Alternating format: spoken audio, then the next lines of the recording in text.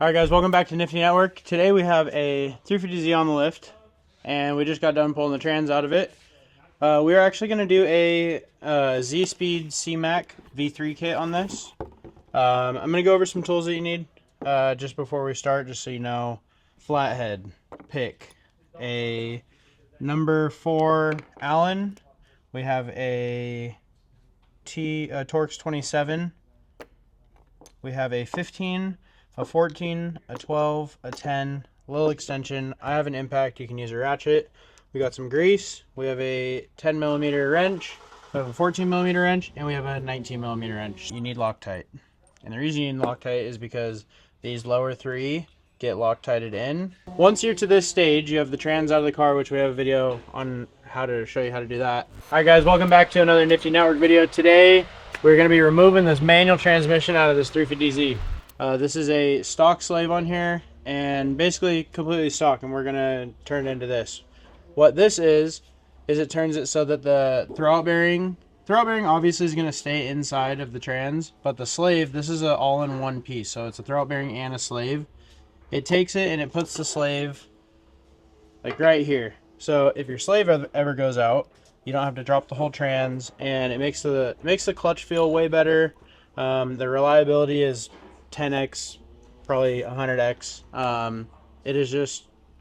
It's a better kit all around. The DEs actually, the DE VQs, these actually came factory on the outside. I don't know why they went to an internal slave cylinder, but it sucks. So we're gonna fix it.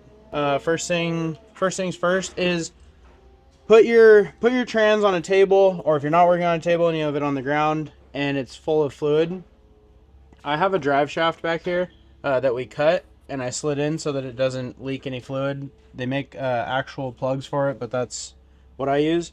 And then tilt the trans up like this, because we're going to be taking these bolts out, 1 2 3 4 5, and that will leak fluid out. So if you don't want to waste fluid, if you're not doing fluid at the same time, raise this up. And we are doing fluid on this, but I'm just showing you as an example of how to do it if you have fluid in it. First things first is we're going to take off the throwout bearing slave unit, and those are 210s on the slave. Actually, first we're going to pull this clip off so we don't have to fight it. So let's pull this off first. And then we're going to go to the outside over here. And there's going to be the T27 Torx that I just talked about. So we're going to unscrew that off the trans. That loosens up.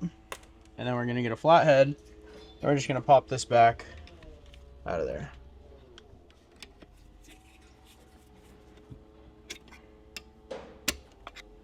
Like that. The reason I use a flathead and not just squeeze on it is because I've smacked my hand more than once doing that. We're going to push this boot out of here. And now we are left with just the throwout bearing on there. So let's take the slave and the throwout bearing off of it.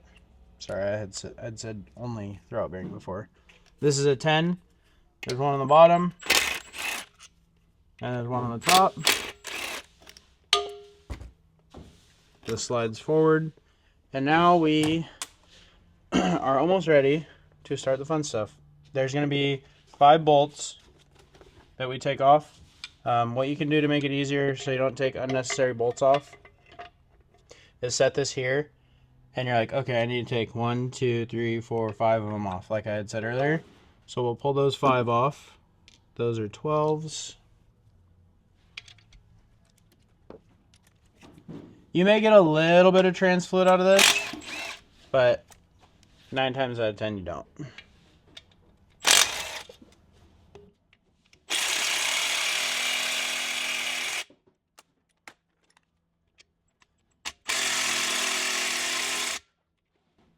My battery died. Wah, wah, wah, wah. Sad.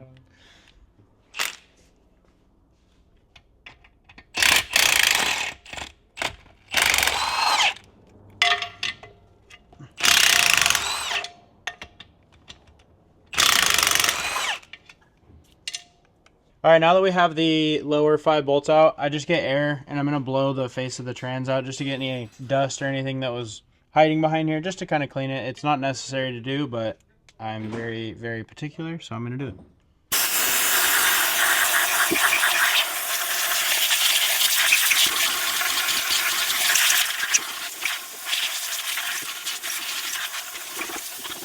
So that's all blown out.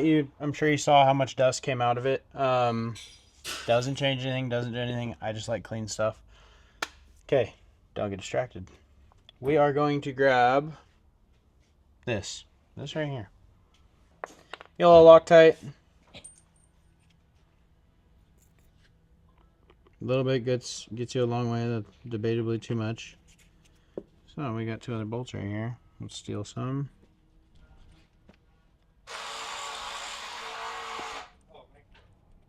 Alright, so now that we have these, we're going to slide this on.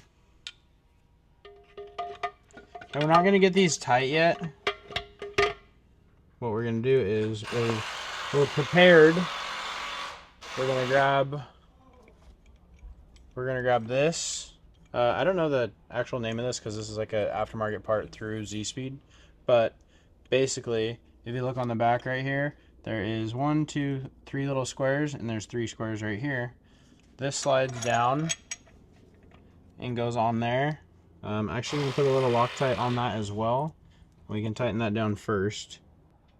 What it looks like this plate does is it looks like it gives the throwout bearing something smooth to slide on, because on the back of this, it's like a sleeve, and then the 2 factory bolts just hold that plate down.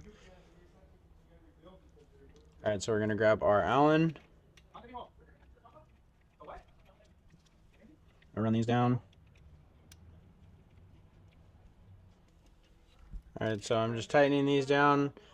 These don't need to get crazy. Just get them tight. And we did Loctite, so they will get stuck in there.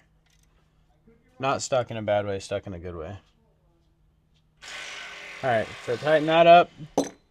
That's good now. Now we're going to grab our throwout bearing. And I try to never get grease or hand oils on the face of this because this goes on the clutch like this.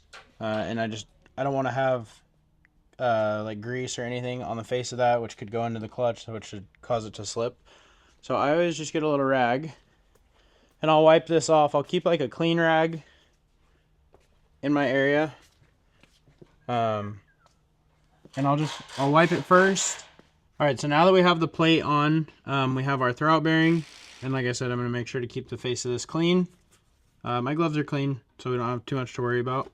But I'm going to put this down like this. And the way I do it is I have the squares, like you're going to see like a half square right there, triangle I guess you could call it. That's going to be facing to the right. And then I'm going to grab my flathead, and I'm just going to literally a tiny bit, just smear that around right there. Same thing on this side. Like that. And then we're going to grab our spring retainer clip right here. We're going to slide that up like so.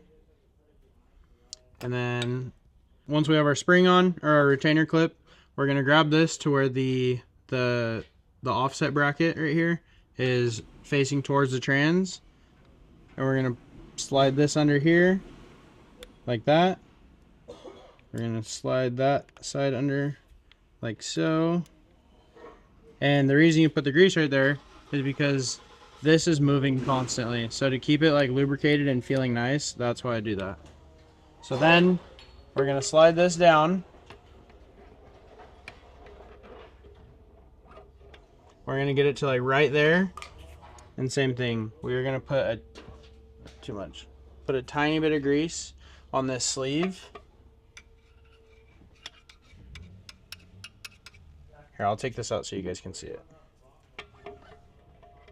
I like putting grease in spots where it's safe, so I know I'm not going to get my fingers in it. So just take a little bit of grease. We're just going to run it around right here.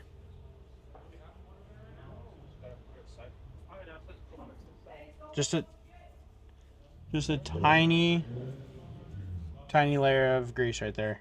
I'm going to wipe my hand off.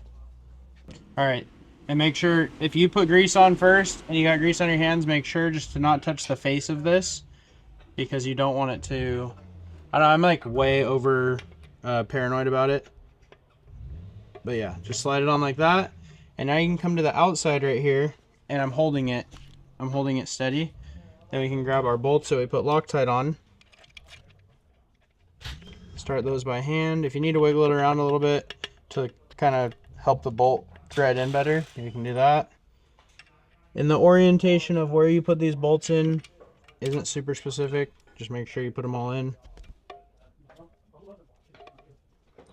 And now that we have 2 in, you can just do the last 3, and you don't have to hold it anymore.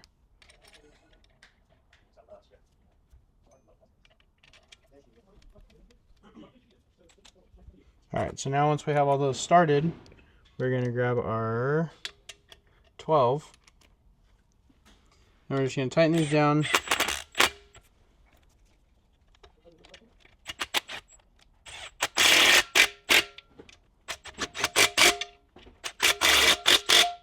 And the reason those threads sounded a little like not smooth is because those have Loctite in them. So a little bit tougher to get through. But if you start all 3 or all 5 of these by hand, and you can feel the threads going in and out, and it's not forceful, then you're in the thread. And the only reason I said something is because I'll watch videos sometimes and I'm like, oh my gosh, that sounded rough. But I don't want you to think that about me. So we're not stripped.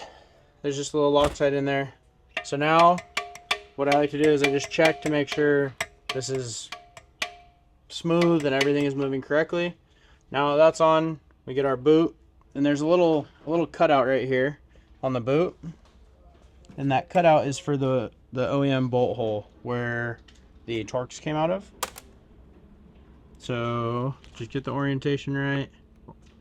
Slide that in there.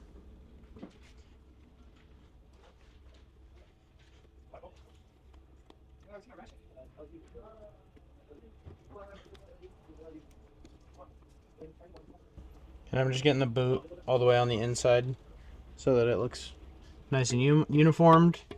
Okay, cool. Still we have no resistance. Everything is flowing good.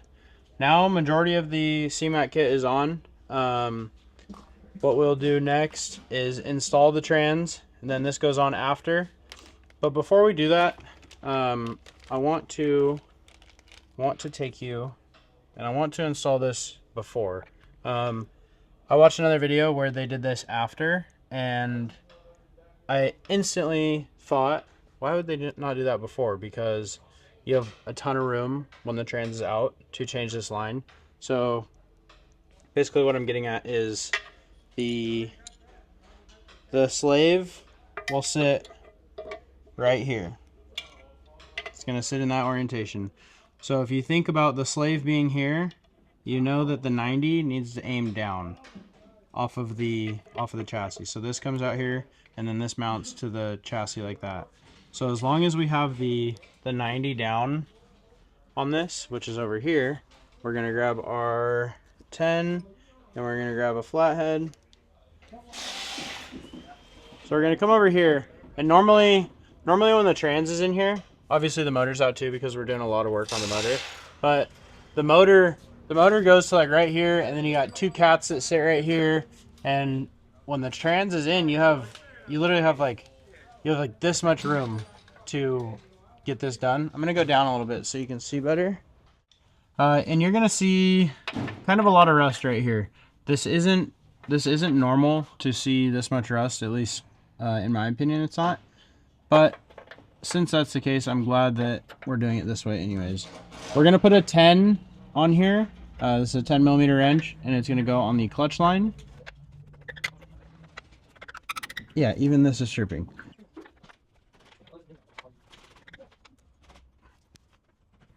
That's actually not very good.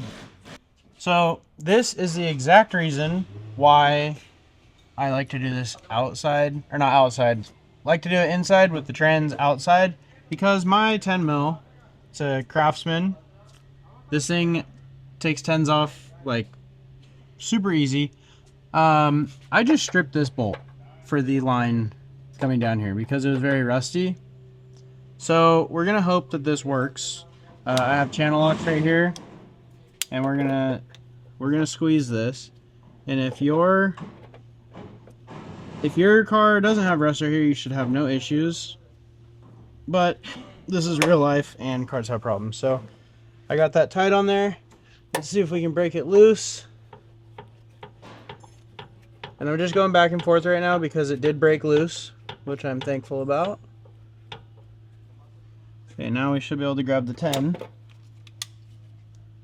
which has a little bit of a blemish on it, but it's okay. At least it broke loose. We'll throw a new line in here. Yeah, that thing is rough. So if this happens to someone else and they need the part, where do they get it from? Sac City AutoParts, baby.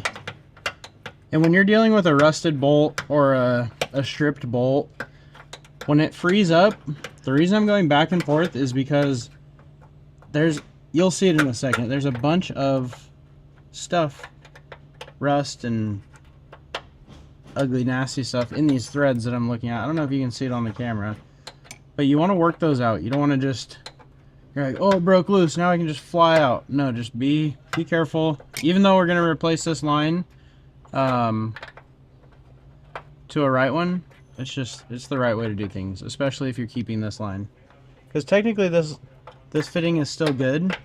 It's just the fitting is stripped on one of the sides. You can still get this thing tight. And if the trans was in the car right now, when I was showing you how to do this, it'd be a nightmare. Alright, so now that we have this off, normally you just use a flathead, but since I have these out now, I'm just gonna use these, and it's super rusted.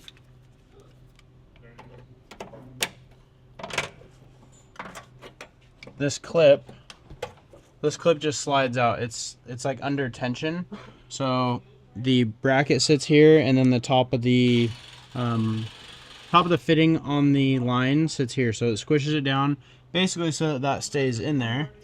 But now that we have this off, oh my gosh, that is so rusted, that's crazy. Normally that just falls out of there.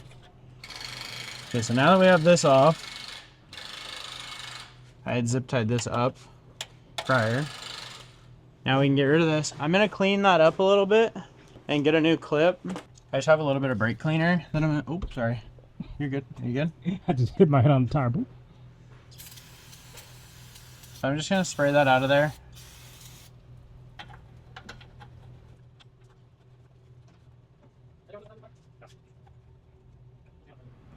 Alright, so I got that line swapped out for the customer, and we're just checking, threads are all good. Now we have our line that comes with the CMAK kit, and we're going to slide this up in here, like so. We're going to tighten that up like that, and before you get it super tight, you want to put the remember how I had said the orientation of how this sits is important. The slave sits like right here, and we know that the 90 goes down, so I just want to make sure that the line, because you can still move the line around right here, you just want to make sure that it's straight down like that. And now we can tighten this up, and when we tighten it up, it tightens the line down too. And we'll take this little clip, you can do the clip before or after you tighten it.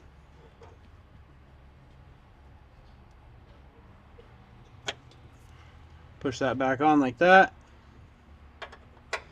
Give this one more little tug. Alright, and we can see that that is still aimed down. That will work. And now, like, literally that wasn't set up or anything. That was just luck of the draw that this was all rusted right after I had said make sure to do this line before you put the trans in. Okay, now that we have the line on the chassis, we have the CMAK as far as we can go until now. I have a little bit of stuff to do on that motor. I'm gonna put the trans back in, and then I'll continue the video after the trans and the motor are back in, just so it all makes sense on location of this and bleeding it and all that. So I will see you probably with a different outfit on, and right now I'm in a different outfit. The motor's in, trans is in. We're gonna finish up doing the CMAK kit. So you're gonna have this. You're gonna have these three things left in your kit if you've been following along with the video. What you want to do is you want to take the slave off of this mount right here, There's going to be a bolt, a nut, and a spacer. Make sure you don't lose those because those are important. We'll take this off, and then we're going to mount this plate. So we're going to take the smaller bolt, and we're going to come over here, and you're going to see that I didn't tighten up the bottom bolt on the starter, and the reason for that is because this plate gets mounted to it. So let's undo this, pull that out, and then this actually sits like that. So you're gonna see it like this. The skinnier diagonal piece goes towards the back of the car, and then you're gonna take that other bolt that I was just telling you about. We'll put that up through the bottom. Get that up. There's a tab up here on top of this plate. That's the reason that we actually take this off. Do you see that tab that goes up? Right here, my finger's touching it. Okay, so make sure that that bracket is lined up to that, and you're gonna put the starter bolt in there, and then we'll tighten the starter bolt down, and then we'll tighten this bottom one down. Starter bolt is a 14. That looks to be a 15 or a 16. It is a 15. Tighten this up. And then we are going to grab our banjo bolt and our 2 copper washers. Those 2. We're going to grab our slave. And we're going to walk over here. And we know that this sits like this. And we had pre-planned for it to sit like this. So see how nicely that aligns in there?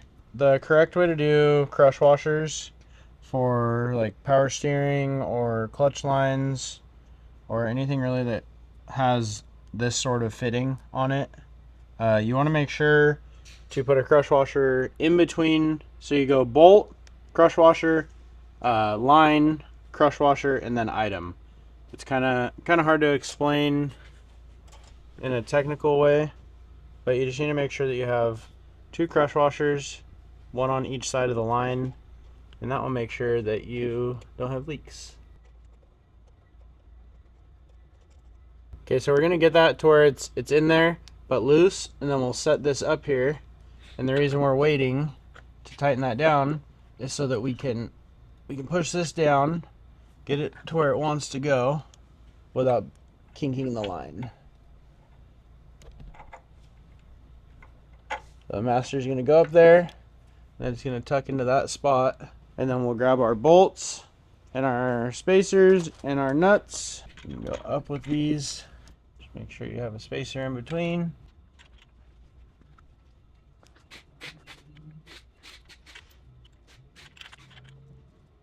Actually, I'm gonna do this the other way, because if you ever have a nut fall off, I always try to do it when the car is facing forward. You always want suspension bolts to go in this way, so that if you drop if a nut for some reason comes loose, it'll bounce that way instead of bouncing off this way, and then you lose the bolt, because it's more likely for a bolt to stay in this way since you're driving forward, and it's also likely, see, like there's no nut on here and the bolt comes out. If you have the bolt up top, then say that the nut comes loose.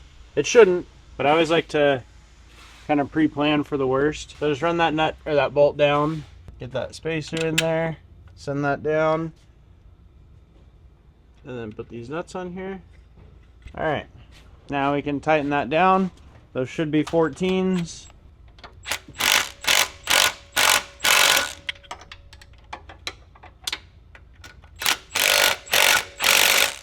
So now that is in. Now we will tighten the AN line that goes to the slave. That is a 14 as well. Alright, that's not going anywhere. There's no kinks. You can see that the line looks nicely on here. It comes out of the mount and it goes like that. You don't see any kinks or bends, and the heat shrinks on here. Keeps it cold, or not keeps it cold, but it keeps it safe from the header right here. Now we can put this harness back up here. You're gonna have to delete this secondary bracket because this mount actually takes it, but you can just zip tie it to the bottom right here, and that is for your starter signal and your power steering sensor. So let's get that that piece cut off of there.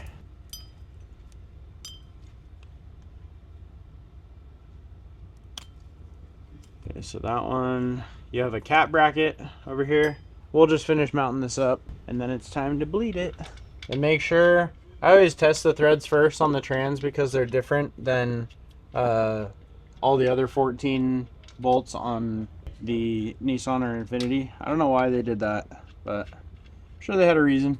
So we'll get that up, and then we know that this goes here. This is the O2 sensor bracket for the cats.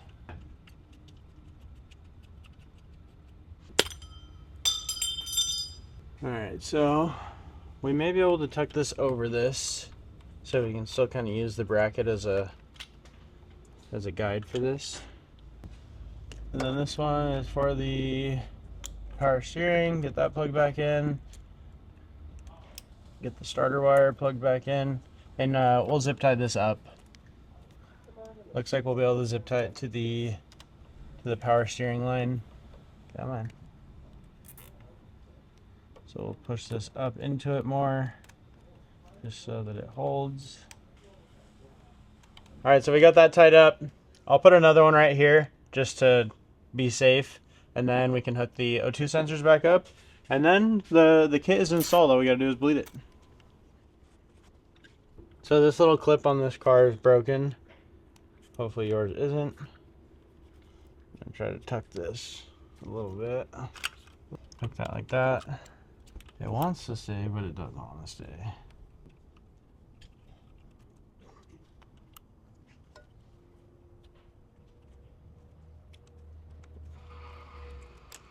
And just tie this up. Because this car sits really low. So I don't want it dragging on anything possible. I'm doing the slave right now, or the master, which is right here.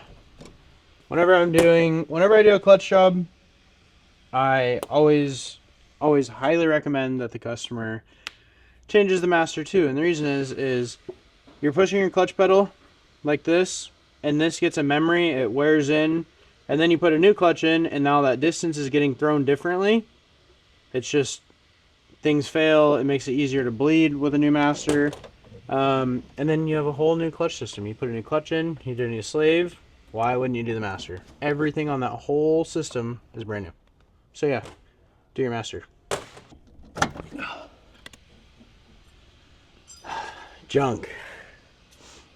Not junk, just pain in the ass to get to.